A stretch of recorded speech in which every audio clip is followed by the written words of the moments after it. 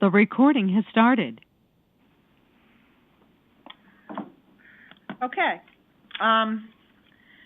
I would like to call the meeting to order and note that this is a virtual Board of Selectmen meeting, and for the public, if you're calling in to listen, you will not be heard by board members. There will be no live public comment. However, the public is encouraged to send their comments before or after the meeting to the Board of Selectmen email, which is bos@fairfieldct.org. Please submit your name and address and comments. So I will officially call the meeting to order, and I would ask everyone to rise for the Pledge of Allegiance. Well, I'm here with the flag, so I'll lead the Pledge of Allegiance. I pledge of allegiance to the flag of the United States of America, for which it's to the republic for which it stands, one nation, under God, indivisible, with liberty and justice for all. And I need to open a window because it's like an oven in here. Okay. What do we got? Okay. So we have item number 3, FairTV Commission, which requires Board of Finance and RTM approval to consider and act upon the following resolution as recommended by FairTV Commission. Resolved that pursuant to the Fairfield Code 22-13, the FairTV Commission is authorized to submit grant requests to the Cable Advisory Council of Area 2 under the auspice of Connecticut Public Utility Regulatory Authority, and whereas the FairTV Commission submitted an $81,963.45 grant request to Public Education and Governmental Programming and Education Technology Investment Account grant program for the purchase of certain equipment, related services attached hereto Exhibit A. And now here it be resolved that Brenda L. Kupchik, First Selectwoman of the Town of Fairfield, is duly authorized to enter into and sign contracts on behalf of the Town of Fairfield with this PEDJA grant program for the purpose of obtaining said grant funding. And further resolved that the First Selectwoman is hereby authorized to accept said grant on behalf of the FairTV Commission to provide such additional information and execute such other documents as may be required in connection with the said grant, to execute any amendments, rescissions, and revisions thereto, and to act as the authorized representative of the Town of Fairfield. Do I have a motion? I'll move the item. This is Nancy Lefkowitz. I'll second it. Okay. Discussion. Jerry Spina, are you on the line? Yes, I'm here with FairTV Commission Chair Stuart Strelzler. Yep. Mr. Baldwin, do you want to speak to this item? I can speak to it. It was my understanding that Jerry was joining us. I'm here. I thought he was on earlier, right? Or I'm here. He was. Jerry and Stu are on. Unmuted. Commission that did this? Jerry, I Stu, can and you hear it? Strelzer are on. Hello? Hi, Jerry. Do you hear me? Yeah. We can hear you. Okay, great. So Jerry and Stu are on. We're ready. What is your question? I would love to hear from, this is Nancy Lefkowitz. I would just love to hear from Jerry just a little bit about what this grant will do, and you're here, so I'd love to hear from you. Hi, Jerry. Hello, Nancy, Selectwoman Lefkowitz, and other members. This grant essentially replaces long, outdated equipment that we've been using for our system. It's basically called the head end or broadcast hub. There are several components. I don't really want to list them all, but essentially what it does is it upgrades. Listed in this document, right? Yes, it's all listed on If it. you look at that page, you'll see it. Yep. We have that. So we have Exhibit A, and that are the items that we're purchasing, and in this, it also includes some labor performed by the vendors to install the specific equipment, and that's all it's limited to as far as labor. This equipment will bring us up into the, 21st century. 21st century, and help everything go a lot easier, because of some of the, developments that have taken place since we bought the first one 12 years ago, and that's basically the long and short of it.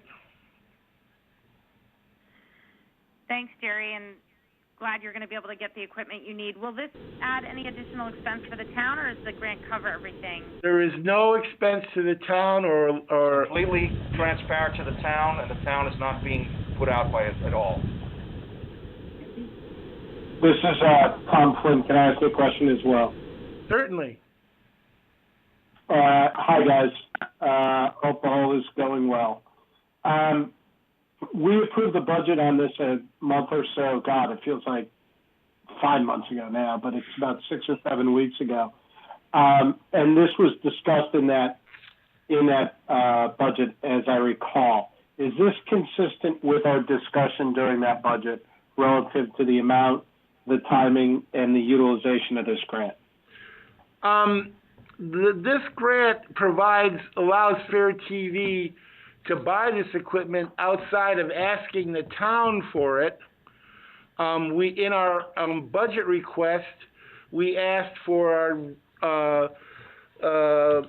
I think approximately $76,000. I'm not looking at the number, but it's basically the manager's fee and an additional $18,000 to support labor for the coming year. There was no. Yeah, Jerry. Sorry, Dan. No. There was no additional request in regards to the hardware or whatever. What we have in this grant. Yeah, but there was a discussion relative to the different utilization of the budget funding. So in the past, I think we did support hardware, and I think you had used outside funding for some of the labor. And then I think the discussion was that we had that wrong for several years, and that this coming year was straightening that out. And I'm just, Yes, that's correct. We've been allowed by the Cable Advisory Council to support our freelance labor in as much as, we can have all the hardware in the world, but without any people, you got to have the people to make it. So, but they do not prefer, they would prefer that we utilize their grant along with this grant, which is specifically for hardware, to do that, to buy hardware. So we're adjusting that. And these are big ticket items, by the way. These are not the small items that we usually buy. Right.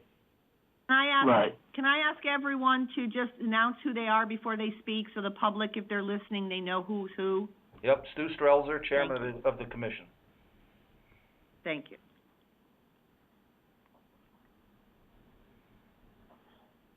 Thank you, gentlemen. That was my question. Okay, you're quite welcome, sir. And can I just ask, Jerry, are there any other associated long-term costs related to this, taking this grant, that the town would be encumbered by? Okay, Jerry Spino, no, there are no costs to the town in relation to this grant. Okay, thank you. Does anyone have any additional questions or comments? I do not, thank you. It's Tom Flynn. Okay.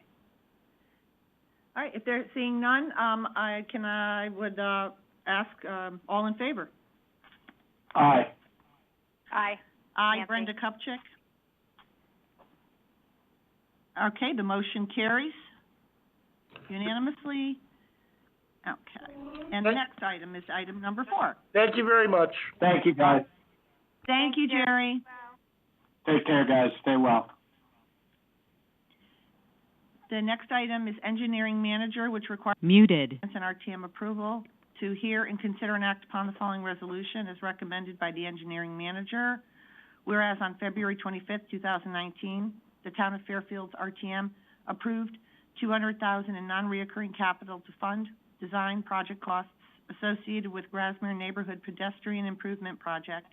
Whereas on March 20th, 2020, the town of Fairfield received the State of Connecticut Department of Transportation commitment to fund letter approving the LISAP Local Transportation Capital Improvement Program application in the amount of $2,147,800 for the Grasmere Neighborhood Pedestrian Improvements Project. Whereas the acceptance of $2,147,800 Local Transportation Capital Improvement Program grant to fund project costs associated with the Grasmere Neighborhood Project, of which 100% of said project costs are to be paid by the state prior to construction, based on the portion of the contract bid by said grant and appropriated $2,147,800 for the said project costs. Now, therefore, it be resolved that Brenda L. Kupchak, First Selectwoman, be hereby authorized to accept and sign any agreements between the Town of Fairfield and the federal government or the State of Connecticut related to and any additional local transportation capital improvement program grant funding associated with the Kings Highway Pedestrian Improvements Project. Do I have a motion? This is Nancy Lefkowitz. I'll move. I'll second. Discussion. And we do have Mr. Hurley on the line. Would Mr. Hurley Good afternoon, everyone. Hi. Good afternoon.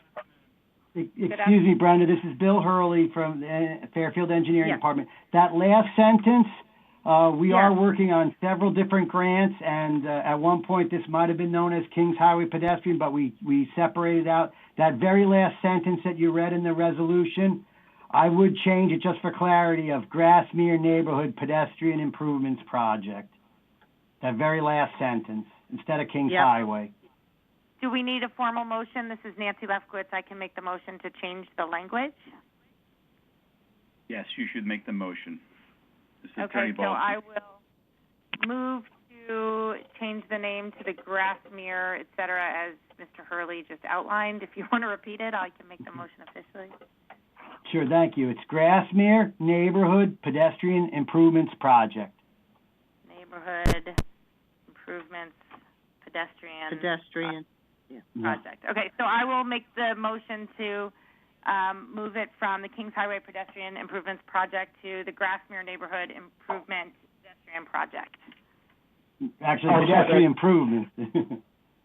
Yeah, I'll second it. Yeah. All in favor? Aye. Aye. Stop one.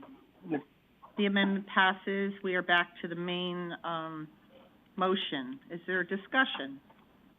My only question, this is Nancy Lefkowitz. I would ask if Mr. Hurley had anything that he wanted to comment. Everything's, assuming, gone through the right channels, and is there anything that you want to say? Yeah, I could do a 30-second quick recap. Back in February 2019, the town boards approved $200,000 for the design cost of the project, and now this is the next phase where right before we spend any money on the design, we wanted to make sure we got the grant, and we did, and that's the commitment to fund letter that hopefully all the boards pass, that Brenda will be able to sign, and then the grant will become official. The Grasmere Neighborhood Pedestrian Improvements Grant was based on a road safety audit performed by the town, the state, the police department, economic director. There was a couple of Board of Ed people there and a lot of interested parties a few years ago. The town also hosted a neighborhood meeting with the local RTM members and residents of Shoreham Village, Shoreham Terrace, and Grasmere Avenue.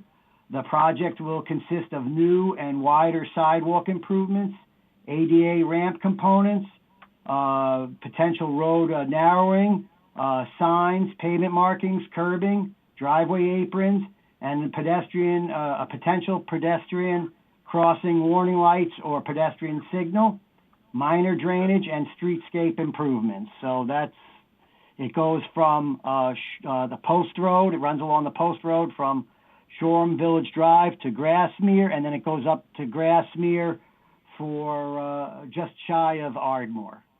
So it's kind of like an L shape of sidewalk and other improvements.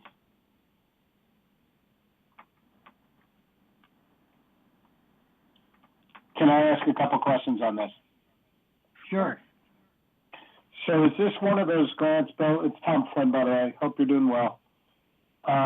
This is one of those things, Bill, where we need to, expend the funds before we get reimbursed. Is that correct?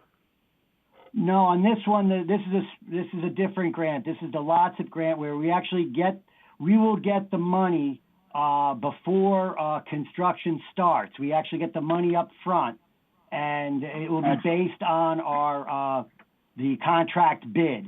So that exact amount, where they gave us, there might be a little bit of fluctuation. If the bids come in a little bit lower, they will lower it, and if the bids come in a little bit higher, they will cover that.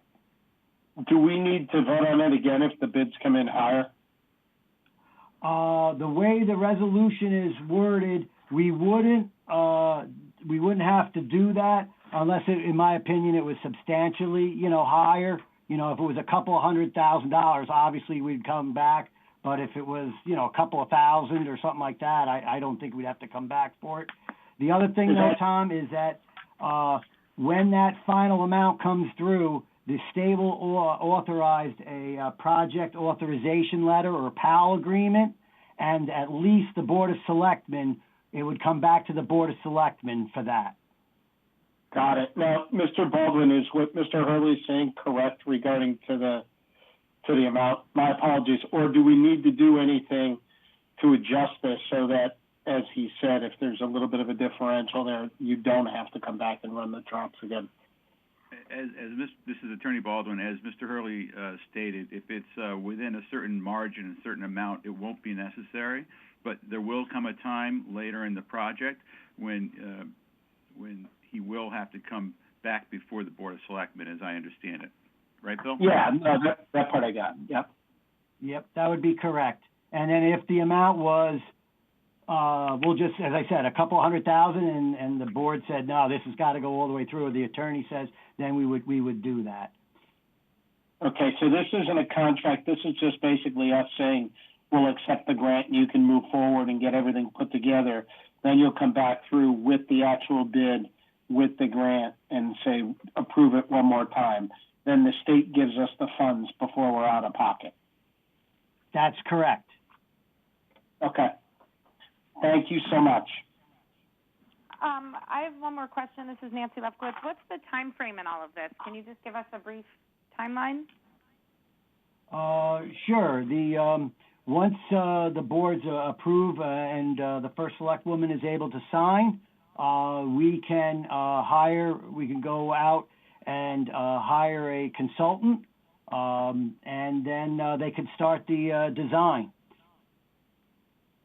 Then about, I would say, probably anywhere from 8 to 14 months after the design has been looked at, we'll hold a public meeting on this, and then the state, gives its final approval. We will put it out to bid, and then, as mentioned, I'd come back one more time if necessary. Actually, even for probably the project authorization, I'd probably come back anyway for that, just to make it official. And then, even if there was no change in the price, and then we would be able to start the construction process by getting a contract and all that with the contractor. Okay, great. I know this has been a long time in coming, so I'm sure people will be happy to hear all this. Thank you. Any additional questions? Nope. Okay. Okay, well, thank you, Mr. Hurley, and I will take a vote. All in favor? Aye. Aye. Nancy. Aye. Aye, Brenda. Aye, Motion Tom. carries. Thank you, Tom. Motion carries, and it is approved. And Mr. Hurley, you're back up. Item number 5, engineering manager requires Board of Finance and RTM approval to hear and consider and act upon the following resolution as recommended by the engineering manager. Whereas on March 17th, the town of Westport approved the acceptance of a federal local bridge program grant to fund design project costs associated with the Kings Highway West, Greens Farm Road, and Wakeman Lane, Old Road, bridges shared with the town of Fairfield. And whereas, per the state and town agreement, the cost of design for the bridge replacement rehabilitation would receive reimbursement from federal aid with the remaining 20% from state funds. And whereas the cost of the rights-of-way activities and the cost of construction phase after final design plans are completed would receive 80% reimbursement from federal aid and the remaining 20% from local funds, resulting in 10% from the town of Westport and 10% from the town of Fairfield based on the state statute and prior agreements. And now, therefore, be resolved that Brenda L. Kupchak, First Selectwoman, be hereby is authorized to accept and sign any agreements between the town of Fairfield and the town of Westport, the federal government, or the state of Connecticut related to and any additional federal local bridge program grant funding associated with the Kings Highway West, Green Farms Road, and Wakeman Lane Old Road Bridge projects. Do I have a motion? Yeah, this is Nancy. I'll move the item. Thank you. I'll second it. Thank you. Discussion. Yeah, I have a question with all, it's more general, but with all of these, Mr. Hurley, is there any indication that we won't be able to receive any of this reimbursement given where we're at, or is there no reason to think that that would happen? No, right now the state is committed to do the project design. This is a pilot program where the town of Fairfield and the town of Westport was able to get the Department of Transportation to cover the design costs along with the federal government. Typically, there's two type of bridge programs. One is 50% grants, and then the other, if it's a federal local bridge program, is 80% grants. On this one, for the design phase, the state is trying to narrow down the time of design. You might know in some of the past projects that we've had, and for other towns it's even been a lot longer, sometimes the design process is 2 to 5 years. And the state is trying to narrow that down where they can do it maybe in 18 months or 24 months if they have a pre-approved consultant, a design firm that knows all the rules basically of the grant and the DOT drainage and the DOT structural design and all that.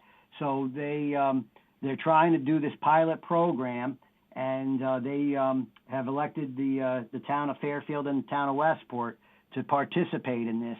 So typically a bridge design might be anywhere from $250,000 to $350,000, and so we would get that money from the federal government and from the state government at no cost to the town.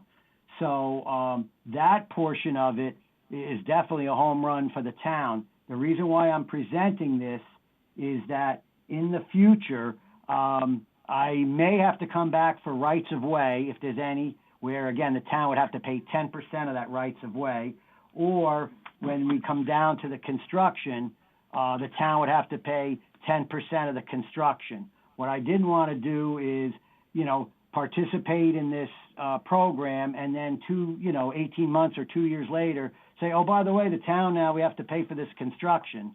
So I wanted to give everybody the heads up that, as you know, every time, engineering, public works and other departments are always looking for potential grants. And so we were able to, as I said, secure this one and thereby saving the town significant money for the design. And then when it comes down to the rights of way or the construction phase, they just piggyback on the typical federal bridge program, which we've done in the past, and we would have to participate in that. That, though, for us to do that, I have to come back later at a time frame when, if any funding requests or any costs are associated, I'll have those numbers. So, Bill, this is Tom. Sure. So this is the design phase, fully paid for, state and fed. Construction phase would involve town funds.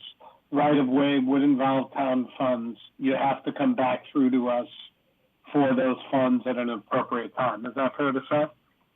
That's very accurate, Tom, yes. And with the construction costs, maybe not the right-of-way, because I don't want to put words in your mouth, there's likely going to be some funding from either the feds or the state related to the construction costs. I think you said the federal bridge program. So we would have to pick up some portion of that along with Westport. Is that true as well? That's correct. The federal program would cover 80%, and then the locals would be 20, but since we're splitting it, it would be 10 and 10. So for for both of these projects, the town would be responsible for, 10% of the construction costs. Of the construction, or of the construction and right-of-way, or of just the right-of-way? No, actually, it would be both if the right-of-way is applicable. Right now, before we do the design, we don't know if we need to take a small easement or a small property, section to build the bridge. Yeah. So, and this would be split equally between us and Westport? That's correct. And was this a project that was on your docket to be done anyway? Yes, we have it on the waterfall chart. I think it was for like 2023. So it might have been bumped up a little bit. I know a couple of years ago we had one of them on for around this year. We've been going, they've been sliding back and forth a little bit depending on Sure. Westport priorities and the grant. But yes, they've been both listed on the what we call the waterfall chart. And what's the number been associated with it, Bill? And not to hold to, but just as a gut check. That will depend on whether, I believe they're going to end up replacing both bridges, but we will have the consultant look at if there's any repair, or anything like that we could get away with without replacing the bridge.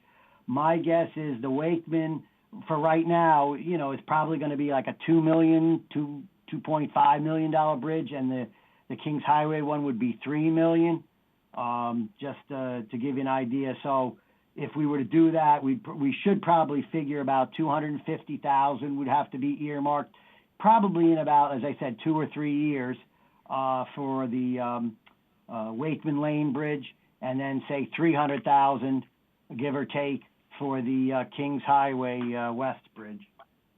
Yeah, I guess thank you for that. That was very clear. I guess my question was, do you remember what you had it in the waterfall at, even though it might have been in a different year? Probably around those same numbers. I mean, give or take, 10 or 20%, but usually those are the numbers. The only difference might be is that with the federal, sometimes there's a little bit more, I'm going to say, parameters you have to follow, including, Right. Title VI and, some other contractor things.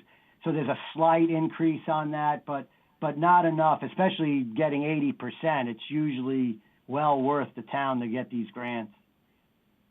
Okay, great. Thank you so much. You're welcome. I don't have any more questions. This is Nancy. Any other questions? Nope. Okay. All right. Thank you, Mr. Hurley. All right, thanks. Are you going to vote? Yeah. I'm getting there. Okay. All in favor? Aye. Aye. Motion carries unanimously. All righty. All right, thank you very much. I'm done. Bye now. All right, thank you. Okay, item number 6, Purchasing Director. Do we have Gerald on the line? Or is it just Mr. Baldwin? I'm here. Oh, Gerald hi, Gerald. Foley.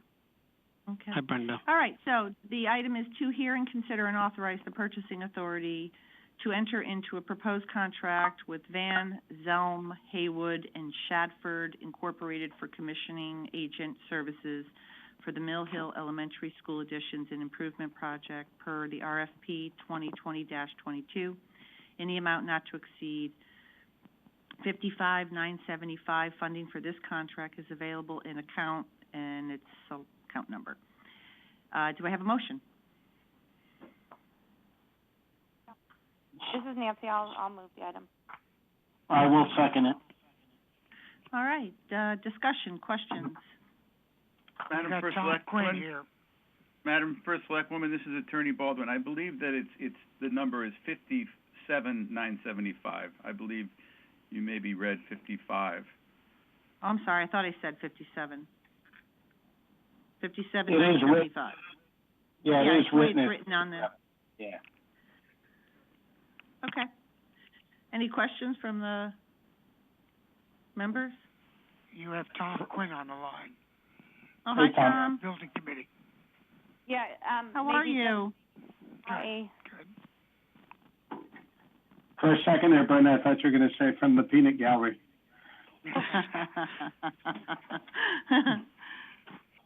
All right. Yes, this is Nancy. Yeah. If you could just, for the public record, state just what this is for. I'm sorry. All right, so what a commissioning agent services is basically they work in partnership with other members of the team. So we have an architect, we have a project manager, we have a construction manager, and so what the primary role of a commissioning agent services is they develop, coordinate, and execute what they call a commissioning plan, where they observe and document system performances.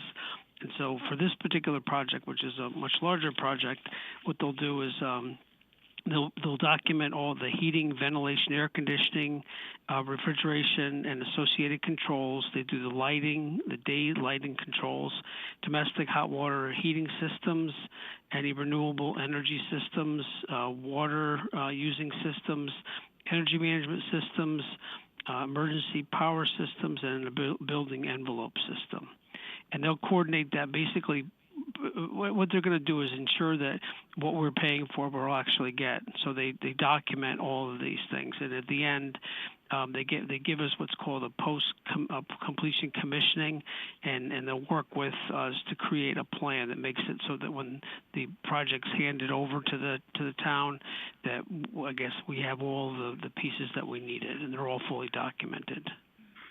And in addition to that, they also provide a training manual. Okay, and be sure that everybody has training manuals on all the systems, so when the town gets it, they know how to use it. This sounds great. Is this the first time that we've used a commissioning agent in such a project? No, this is them typical. Yeah, we use this on a consistent basis. Yeah. And if Attorney Baldwin could just confirm all the I's are dotted and the T's are crossed, then I don't have any more questions. Yeah. Yes, I can confirm that. It's Attorney Baldwin. Thank you. This is Tom. Is the amount within the budgeted amount for this service? Yes. Yes. It's Gerald Foley, yes. And again, all the traps, so it's been legally reviewed and you're going to get a bond on this beforehand, correct? This one we don't. For this professional service, we do not get a bond, but we will have insurance in place for this. So the insurance will be at the rate of what? Do you know, Joe? No, what it is basically insurance coverage. What we have insurance coverage on place, and what we'll do is it covers in the event that there's an issue with this. So what we do is this is per our standard coverages. So we have coverages in tune with the services that are required, and those were vetted by town's risk manager. And do they have insurance? Do we check that they have insurance as well? The provider. Yes, they do. That's what I thought. Thank you. Yes, you're welcome. I don't have any more questions. This is Nancy. I am good as well. Thank you. Well, thank you, gentlemen. I hope you're doing well, Mr. Quinn, I certainly am. and you're being Thank you. safe and taking good care of yourself. No, but I'm still doing well. Why am I not surprised? All right. Well, okay. Okay, so we have the motions on the table. All in favor? Aye. Hi, this is Nancy. Motion passes unanimously. Thank you, gentlemen. Thank you very much. Thank you. Thanks. Okay. Item number 7, consider and act upon tax refunds as recommended by the tax collector in the amount of $35,928.42. Do I have a motion? This is Nancy. I'll move the item. I'll second it. It's Tom. Okay, any discussion or questions? Has anybody looked at this Sorry? and reviewed it? Have you looked, has somebody reviewed the detailed listing of this? I think that's one of, I would imagine. no, but I think one of us has to say we did so, and I did not have the opportunity. Nor I. This is Nancy.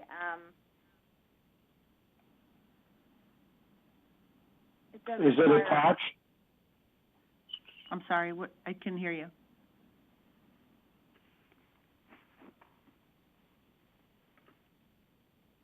Tom, you're asking if it's attached as an amendment? As Is it backup? attached? Yeah, I'm looking for it. I'm trying to pull it up. Yeah, I'm having computer issues. I don't think it's here typically. It's not, it hasn't historically been included in the backup material. I think it's a package Yeah, I don't remember us ever having that. It's usually just the amount that's sent over. No, we get a listing at the table. Yeah. Oh. What's the time sensitivity of this? Only because I'm not trying to be a pain, but I know we have to say that we specifically looked at it. At least that's what we were told on a line item basis. So maybe Mr. Baldwin? Attorney Baldwin could weigh in and just say that we're on good faith, reviewing and subject to. That or we hold the matter over to the next date certain for the Board of Selectmen meeting. Oh, or... guys, I'm sorry. Jackie just opened it up. It's in your backup. Okay. It's on page... On page what? 379. Oh, it's at the very end. Okay. So I will take 30 seconds. If we could pause for 30 seconds, then we could look at it. Sure, of course. Table Yeah, go right ahead. Okay. Thanks, Jackie. Of course. I got it too. Okay, short of having a calculator and taking it out, what I historically have done is reviewed it. It looks in line, so I feel comfortable saying that I have reviewed it and am willing to go on record as saying I've reviewed it and willing to move the item and approve it. I second it. I looked at it as well. Okay. All in favor? Aye. Aye. Aye. Motion carries. Thank you. Okay. Item number 9. Item number 8. An update on COVID-19. So, as I think most, you both are aware, and maybe the public as well, we did a press conference on April 23rd, last Thursday, with some information. We do send out regular newsletters with updated information about all things COVID, and we talked about a cautious reopening of our public spaces in town, and that we would be making that final decision this week. And we have scheduled a kind of like a, I don't know, you would call it like a Facebook Live or something like that, with myself, the Emergency Management Director, Chief McCarthy, and Sands Cleary, Health Director, to talk about what we've come up with. We're finalizing those details by the end of business today.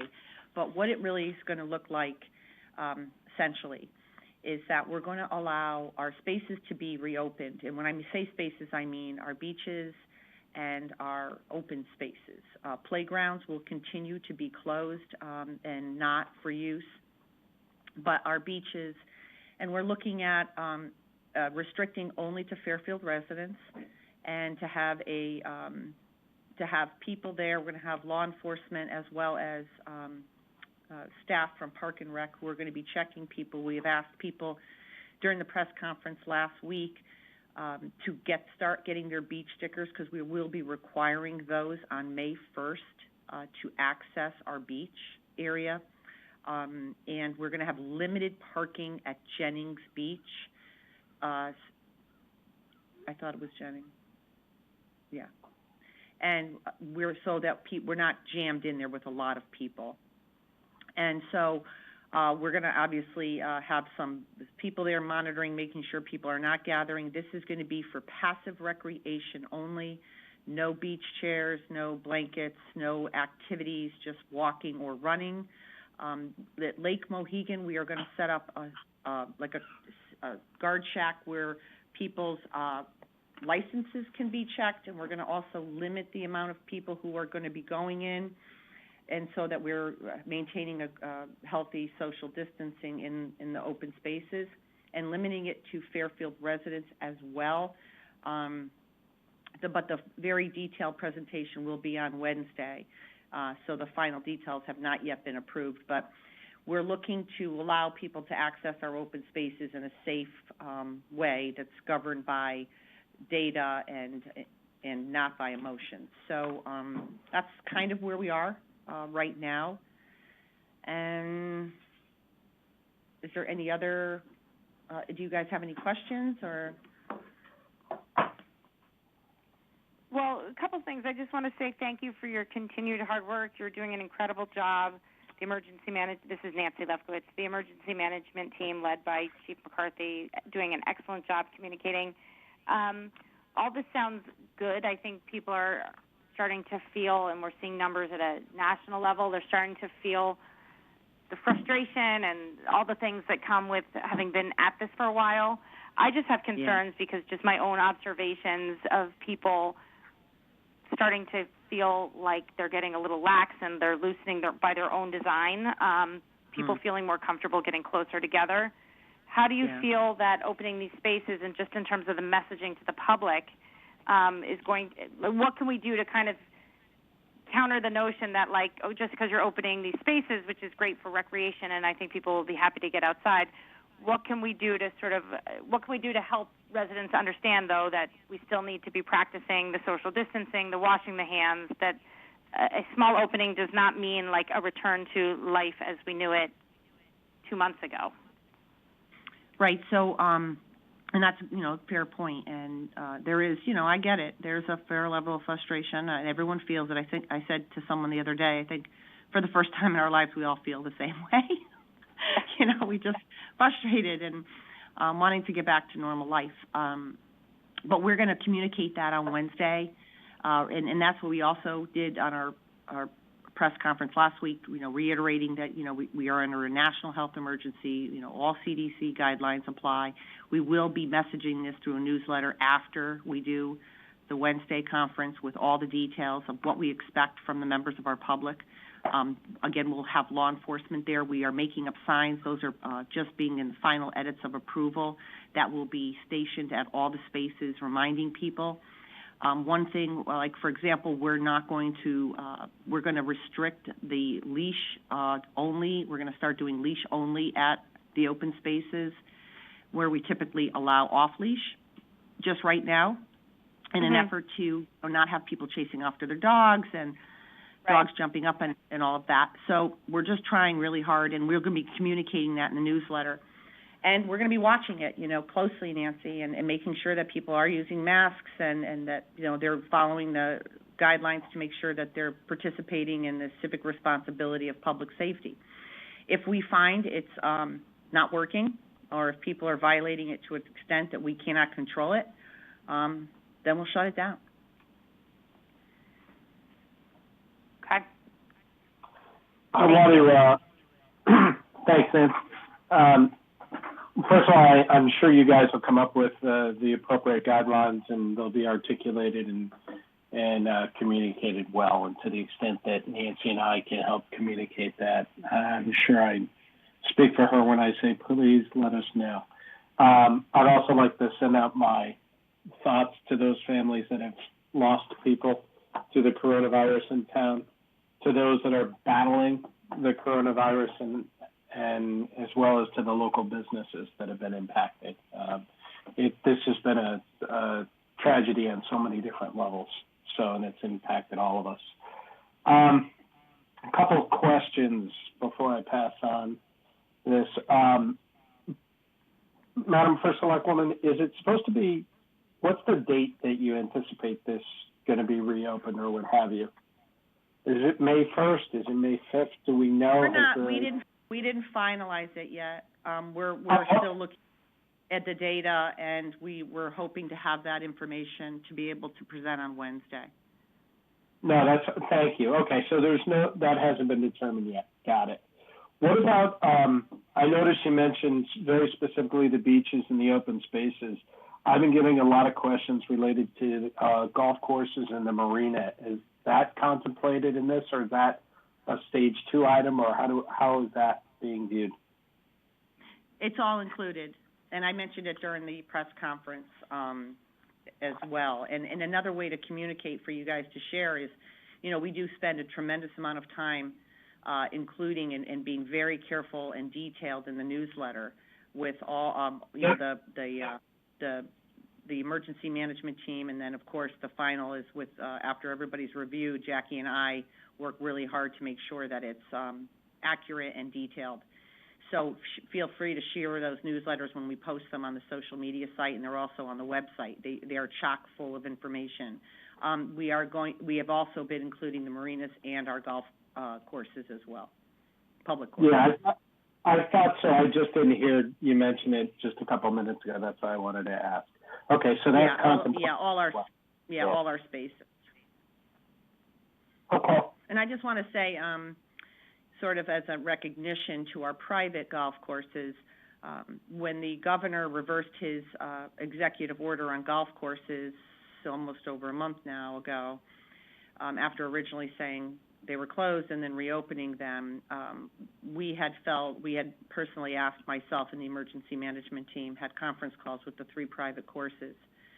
And over the course of the last a little bit over a month, we've had probably 4 conference calls with them, and they have been extraordinarily cooperative with the town, and we had asked them to stand with the town in unity of this, because we just wanted to send a message that we're all in this together, and so they were so incredibly gracious to stand with the community that they've been a part of for over 100 years.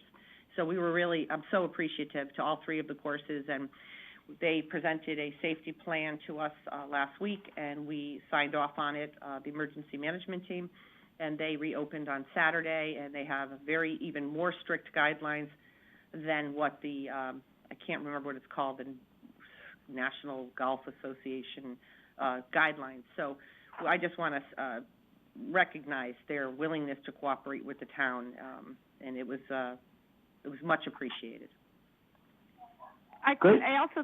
It's a really nice example of the way that the community is stepping up and stepping in, and how people on a personal level should appreciate that while they may not be sick or don't have compromised people in their households or vulnerable people, that this is really about a community response. And the more that we can really stick to those guidelines that you've put forth, that the emergency management team is putting forth, and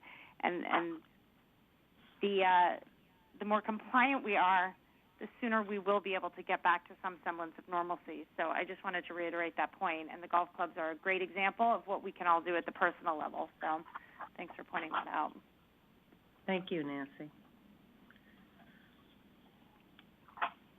So while this has been tremendously hard for us as a town, and everyone in our community, it's felt nationwide, and it's hard. It's hard for everybody to watch what's happening, and we all miss each other, and we want to get back to life, and most especially, as Tom mentioned earlier, watching our business community.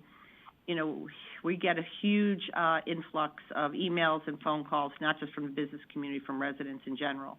And, people are feeling it. But there's also, I want to say, a sense of shared sacrifice. And like you said, Nancy, community. There is this, I'm in this with everyone else. And so my sacrifice, while it's difficult, I feel like I'm doing it on behalf of everyone. So maybe there is some comfort in that. But I'm really proud of our town. So I'm glad we've done what we've done, and that our community has rallied together and worked to be part of a community and shared civic responsibility. So kudos to Fairfielders. Yay. Thank you. Absolutely. And I'll just give you a quick update. Currently, we have 366 cases, and we are up to 43 deaths. so sorry, as Tom said, to everybody who's dealing with this loss. That's tough. But I Very guess, I try to go to the bright side. So the bright side is Fairfield has the lowest area numbers in Fairfield County. And so I think that's a tribute to our community. Yeah. All right, so I'm going to move on to item number 9. So to hear an update on the fill pile. I know Selectwoman Lefkowitz had received some just questions, and I know most people haven't really been thinking about it because we're all things pandemic. But so I just wanted to give you a brief update that the COVID obviously has been, the top of a priority of all of us at Town Hall. But the fill pile investigation and remediation remains a priority. Our environmental attorney and LEP are still moving ahead. So I've got a summary of where we are. The Board of Finance originally appropriated $1.8 million for the fill pile related costs, and we have spent or encumbered roughly $1.6 million so far on the cleanup, testing, and consulting and legal services. We submitted remediation protocols on April 16th via email to DEEP and the EPA. Our environmental attorney included read receipts on these emails from them, and we received notice that DEEP hadn't even opened the emails until last week. Obviously, with COVID, the state and federal agencies have slowed down their review process and approval process. Those protocols submitted included remediation proposals for 7 sites, which totals about $650,000 in cost. The remediation projects are in the process of having contracts signed and will be ready to go with allocated funds once we receive approval from DEEP and EPA. Additionally, I'm going to be requesting from the Board of Finance $400,000 for the fill pile testing from the surplus funds in this fiscal year so that we're all ready to go once it is approved, the testing protocols from DEEP and the EPA, because those have been sent. That was a long process, actually, and so we can't even do full testing at the fill pile until that testing protocol is approved. So we're waiting, and so I'm going to request that $400,000 from the Board of Finance to be able to do that. Excuse me.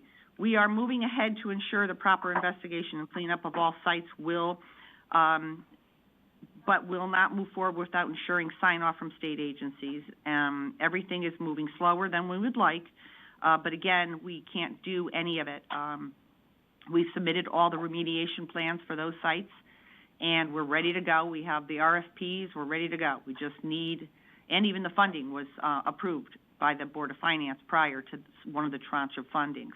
So we just need sign-off from DEEP, and so that's what we're waiting for.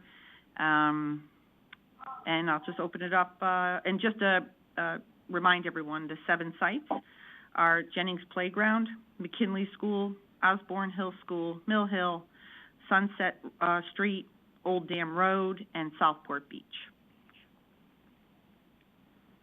Thank you for the update. This is Nancy, and I just wanted to reiterate that thanks, because I think that in light of what's going on, it's kind of easy to get singularly focused, but it's clear that you've been focusing on, the entirety of the town and the other business that's been outstanding. And this is obviously going to be important too, and is important, and was so important. So I think residents haven't been wholly focused on this, but it's good to know that you have been. So thank you. Thank you, Nancy. Thank you very much for the update. I appreciate it very much. It sounds like a lot of this is dependent on the state reopening and providing some guidance as to what we can do. Is that fair to say, Brenda? Yep, that's exactly what I said. Yep. I appreciate it. Thank you. All right. Okay, does anybody have any other, anything else they want to ask about either one of those items? No, this is Nancy. I'm fine. Thank you. Okay. I'm good. Thank you. Okay, so we are going to go into an executive session, and we have Dave Kelly on the line who's going to assist with ensuring we have the appropriate people on the executive session, and that then we close off whoever's not supposed to be in. Madam First Selectwoman, it's Attorney Baldwin. Just before you vote to go into executive session, for the record, I'd like to note that Attorney Rick Aiken will be joining us with respect to the workers' compensation matters that will be discussed. Yes, so I'm going to ask for a motion to go into executive session. This is Nancy, I'll move. I'll second. All in favor? Aye. Aye. And Okay. Mr. Kelly?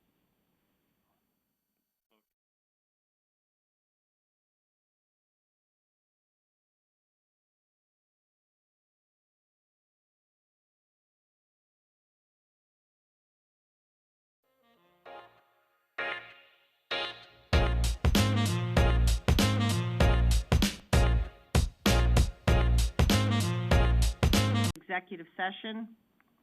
So moved. I'm asking for a motion to come out of executive session. This is Nancy, I'll make the I'll second it. Okay, all in favor? Aye. Passes unanimously. We're back in public session, and I'm going to ask for a motion to accept the recommendations by Attorney Atkin on the two executive session cases we discussed.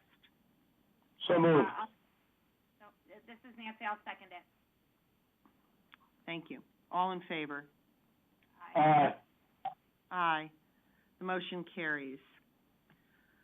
All right, do I have a motion to adjourn? This is Nancy, I will move to adjourn. Thank you. Second it.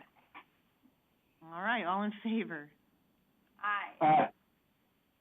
All right, guys. Thank you, Brenda. Have a good day.